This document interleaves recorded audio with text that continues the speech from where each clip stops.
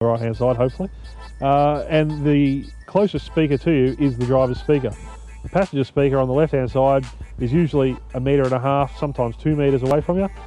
So the sound that is going to get to you first is the one from the driver's side. Well, with time correction, you can actually put a delay on that front speaker, on the right side speaker, so that by the time the passenger side speaker gets to you, the driver's side's firing and it's all hitting your head at exactly the same time. That helps give the illusion that the sound is coming from where it's meant to on the dashboard. Okay, so now you've got your center image and your staging happening, but now the problem is your sub is out of time. It's firing way back in the back of the car. So what you need to do then is actually delay both front speakers to bring that sub bass forward. When you dial in the right amount of time correction, that sub bass will sound like it's actually coming from the dashboard. So you might be wondering, how do I get this time correction in my car? Well, some head units have it built in, other head units don't, so you need to get external processors. Either way, it can be done with your existing system, with a new system you want to put in. If you have any questions at all, feel free to drop us a line. I'm Brett, and I hope you enjoyed the Brett file. Brett, thank you very much for that time correction information. That was awesome. So hopefully it's helped you a bit as well, getting a bit more of an understanding of it. Now we're going to jump to My Ride Tekken. Let's have a look at part 2 of the rest of this masterpiece. You are watching a master at work.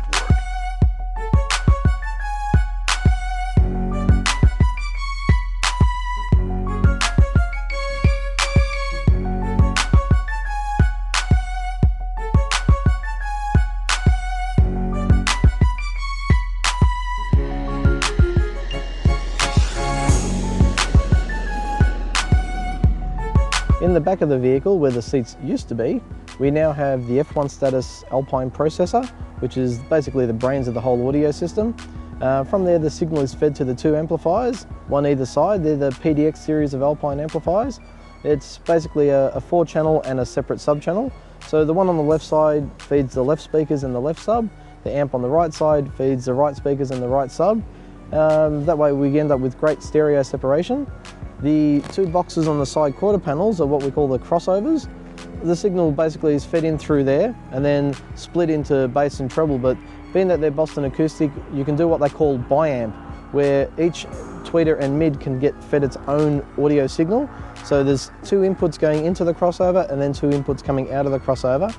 Yeah, the crossover is there to basically help enhance the way the speaker sounds. It has its all correct resistors and capacitors and everything else that goes into a crossover.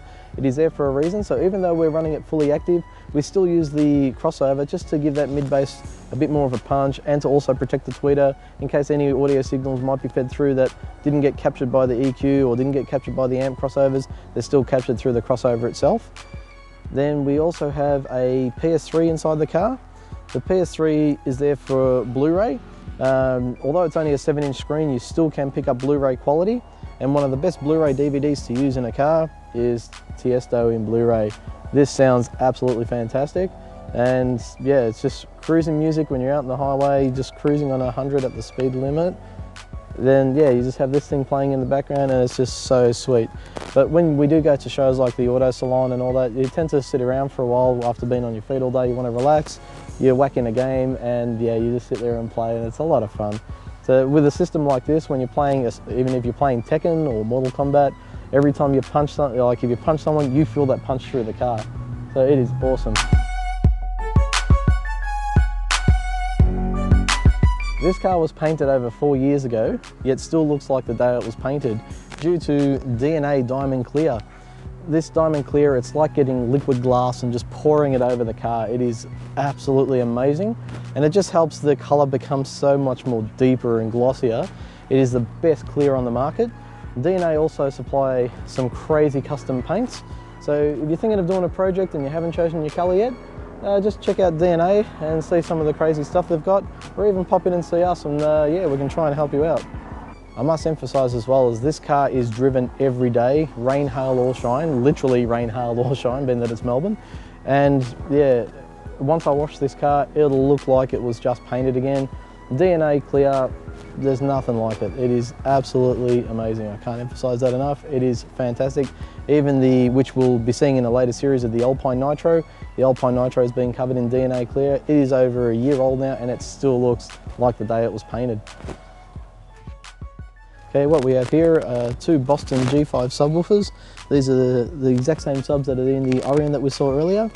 They are a sound quality subwoofer before they're an SBL subwoofer, but you feed them enough power, these things get really loud. When it hits, if you had hair, you could feel it vibrate on the back of your neck. Whereas me, I feel my goatee shake every time the bass hits this little bit, it goes zzz, zzz, and it's really cool. With the speaker wires, basically it's stainless steel rod wrapped in washer jet hose, just so that way it's got a clear coat to protect it. To give it a bit of a theme, I've made it the shape of a rotor, being that it's an RX-7 and it's a rotor engine. I thought I'd do something different and just have a rotor symbol for the speaker wires. We have a 0 gauge cabling that we were talking about before. It's a nice thick power cable. It's fused and then it goes off into your amplifiers. So in case of a short, it protects everything. And we have a battery placed at the back. So the battery sits just here. Being that it's an Optima, you're allowed to have them in the car. Every one of our PHATT Audio installations, if we do a complete install, gets a personalised plaque. So that way you know exactly who you are and what we've done to your car. We got guests with us here tonight. Hi guests! Yay! Told ya. They've all bought their modified rides down, which they do nearly every Friday night here. Let's go and check them out. There's some wild ones here, man. Okay, I noticed we've got Quick WRX here. If I can find John in the... here's the man here. He's the owner of this gorgeous WRX that you've seen slowly come along. Let's check this puppy out. So John, tell me, how do you like it? Came out perfect. I love it. Yeah, those angel eyes look a treat, don't they? Yep. Makes the front look a lot meaner. Yeah. Also, yeah, I noticed your backlights are the same as well. We'll check out the lights in his boot, because the lights in the boot come up a treat, and also in the interior you've got the green LEDs. Yep. How's that look while you're driving at night? Looks unreal. It's like a nice green glow. So it's like you're almost floating on the floor? Yeah, kinda. Killer. And you're happy with the spoiler? It doesn't get in the way of your revision mirror at all? A little bit, but I'm happy to live with that, with the look of the spoiler, so I don't care. Actually, you'll probably notice when four-wheel drives are behind you, they'll be blocking off their headlights, because I found that with mine, the bigger the spoiler, the more it blocks out those headlights behind you when your car's so low. So cool. Do I have to pay extra for that, or? I didn't think of that, but we should have charged him more. Oh. Cool. So yeah, anyway, well, let's have a look inside, see what these green lights look like. If I could speak English again, I have this trouble quite often.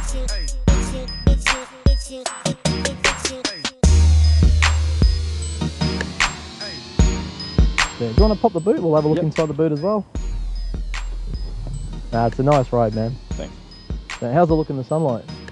It's unreal. It's turning like a few heads now? Yeah, it's like the car's had a facelift. So you just got to sort out those wheels next. Yeah, I've already been looking on the net at 19, so... You've been bitten by the bug. We got him! Yeah, again, never ends with this car. Thanks, Sam. Hey, that's, a true car is never finished. Exactly. So there's always something else you can do. In the meantime, I'm going to do another plug for MEA here. We've got that sound quality competition at Skatewheel just up the road in Mordialloc. That's going to be on May 31st at about 9 o'clock in the morning on a Sunday. So if you're in the area, please pop by, check out what a sound quality comp's all about. And yeah, there's going to be some crazy cars there. We'll be talking to all the owners of the vehicles there, or however many we can on the day. And if we look carefully, we can see George hiding behind an Egyptian. Get out, Egyptian. Walk like an Egyptian. That's it.